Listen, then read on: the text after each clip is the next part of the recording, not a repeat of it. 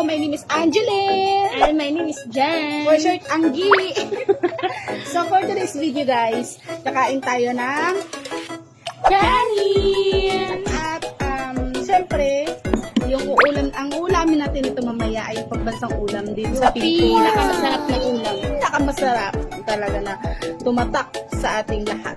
So syempre, bago yun, titimpla muna tayo Tipid ng na, masarap pa, di ba? Yes, guys.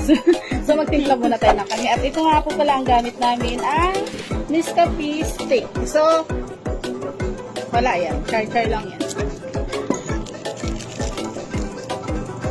Ganito pala magbukas ba? Para mas mabilis din. Yan, ganyan lang. So, after that, we pour it into our cup. Huh?